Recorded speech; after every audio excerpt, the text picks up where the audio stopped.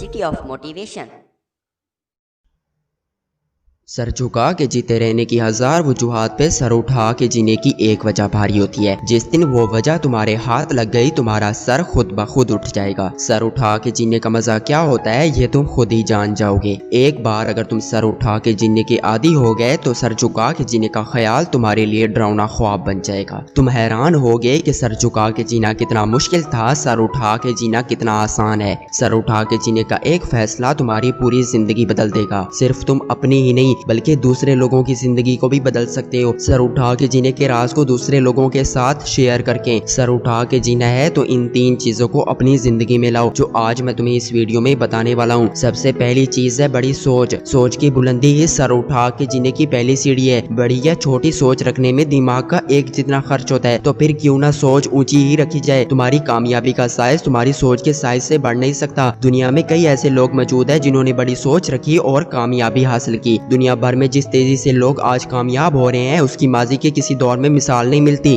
1950 میں پوری دنیا میں چند 100 آدمی لاکھ پتی تھے لیکن آج صرف امریکہ میں لاکھ پتیوں کی تعداد لاکھوں تک پہنچ چکی ہے. اگر انسان کی کامیابی کی بلندی کی وجہ اس کی سوچ ہے تو پھر اکثر انسان محدود سوچ ہی کیوں رکھتے ہیں. انسان کی کامیابی کا سائز اگر اس کی سوچ کے سائز کے برابر ہوتا ہے یعنی جتنی بڑی سوچ ہوگی اتنی ہی بڑی کامیابی ملے گی. تو بڑا سوچنے میں کیا برائی ہے؟ بڑی سوچ رکھنے میں کیا رکاوٹ ہے؟ کیا بڑی سوچ رکھنے پہ کوئی ٹیکس ادا کرنا پڑتا ہے یا حکومت کی طرف سے کوئی پابندی ہے؟ بڑی سوچ رکھنے سے ہم اتنے گھبراتے کیوں ہیں؟ کیوں ہم اپنی سوچ کو اوقات میں رکھنے کی بات کرتے ہیں؟ ہم اپنی اوقات کی حدوں کو عمر بھر پھیلانے کی ہمت کیوں نہیں کر پاتے؟ اپنی اوقات کو طے کرنے کا اختیار ہم کسی اور کو کیسے دے سکتے ہیں؟ کسی نے کہہ دیا کہ تم فلاں کام نہیں کر سکتے اور ہم اسی جملے کو ہی اپنی تقدیر سمجھ لیتے ہیں. ہمارے بارے میں کسی اور کی رائے ہماری تقدیر کیسے بن سکتی ہے؟ کسی کا صرف خیال ہمارے لیے حقیقت کیسے بن سکتا ہے؟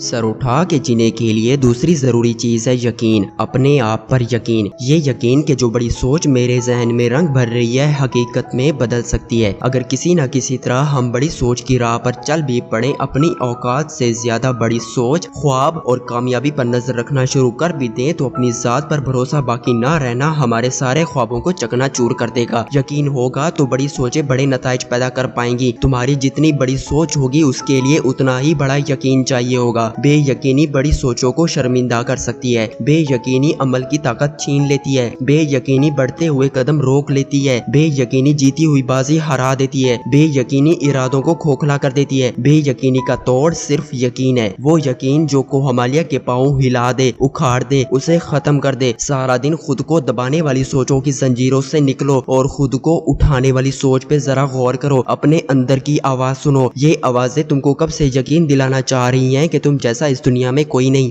سر اٹھا کے جینے اپنی پرسنالٹی کو نکھارنے کے لیے تیسری ضروری چیز ہے چیلنج. چیلنج کے بغیر پرسنالٹی نہیں بنتی. اگر تم چیلنج سے دور بھاگنے لگے، اس سے آنکھیں چرانے لگے تو تم کبھی بھی اپنی پرسنالٹی کی گروتھ نہیں کر پاؤ گے. بہت سے لوگ ڈٹے رہنے کی بجائے مشکلات سے دور بھاگتے ہیں. وہ کہتے ہیں ڈٹے رہنے کی بجائے بھاگنا آسان ہے کیونکہ بھاگنے سے ساری تکلیفوں سے جان چھوٹ جاتی ہے، کوئی خطرہ نہیں آتا. اگر چیلنج کا مقابلہ کرنے کے لیے رکے تو ہمیں بے آرامی کو گلے لگانا پڑے گا. اپنے خوف کی آنکھوں میں آنکھیں ڈالنی پڑیں گی. خود کو ٹیسٹ کرنا پڑے گا. سر اٹھا کے جینا ہے تو مشکلات سے بھاگنا نہیں، لڑنا ہے، ان کا مقابلہ کرنا ہے. جتنا بڑا چیلنج ہوگا اسے ہرانے میں خوشی بھی اتنی ہی زیادہ ہوگی. چیلنج سے گھبرانا نہیں بلکہ آگے بڑھ کر اس کا شکریہ ادا کرنا ہے کیونکہ یہ چیلنج ہی تو ہے جو تم کو تم سے ملواتا ہے، تمہارے اندر چھپی صلاحیتوں کو نکھارنے کا موقع دیتا ہے، کانفیڈنس میں اضافے کا سبب بنتا ہے. ہر روز اپنے لیے ایک نیا چیلنج رکھو. چیلنج پورا کرنے سے یقین حاصل ہوگا اور تمہاری سوچ خود بخود بلند سے بلند ہوتی جائے گی. پھر تمہیں خود ہی پتا نہیں چلے گا کہ دنیا تم کو